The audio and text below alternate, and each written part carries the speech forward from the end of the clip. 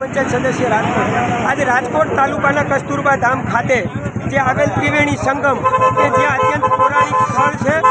અને ત્યાં શ્રાવણ માસમાં હજારો શ્રદ્ધાળુઓ સ્નાન અને દર્શનાર્થે આવતા હોય છે અને જ્યાં એક પીપળો વાવેલો છે કે જે પાંડવો દ્વારા વાવેલો છે અને મોક્ષ પ્રાપ્તિ માટેનું જે એક અહીંયા કાર્ય થાય છે કે જે પિતૃના મોક્ષ હોય એના માટેનું અહીંયા હવનને કાર્યો થતા હોય છે। આ ત્રિવેણી સંગમ ખાતે કે જે પુલ છે જે અત્યંત જર્જરિત હાલતમાં છે, છેલ્લા 5-7 વર્ષથી તંત્ર તથા ધારાસભ્યોને રજૂઆત કરવામાં આવે છે ત્રંબા ગ્રામ દ્વારા, પણ છતાં એક પણ પ્રકારનું યોગ્ય નિરાકરણ આવેલું નથી। જો આ પુલ તૂટશે તો એની આખી જવાબદારી તંત્ર તથા ધારાસભ્ય ઉપર રહેશે।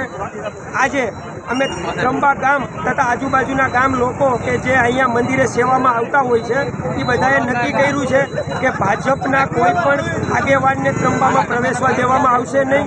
2022ની ચૂંટણી વિધાનસભાની ગઈ પછી ભાનુબેન કે જેઓ એનો મત વિસ્તાર આવે છે ત્રંબામાં હજુ સુધી દેખાણા નથી। પોતે કેબિનેટ લેવલના મિનિસ્ટર હોય અને જો આવું એનાથી નાનું કાર્ય પણ ન થતું હોય તો અમે આજે ગામ લોકો દ્વારા